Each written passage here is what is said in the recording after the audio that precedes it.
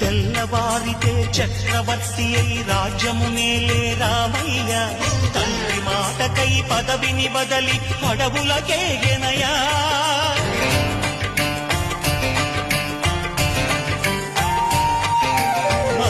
జనులను కావగ వచ్చిన మహావిష్ణు అవతారమయ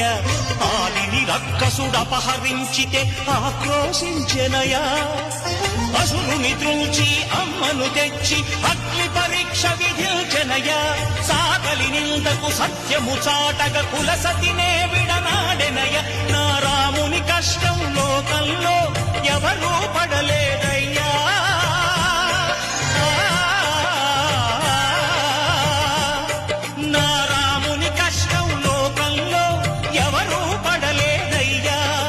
సత్యం ధర్మం త్యాగంలో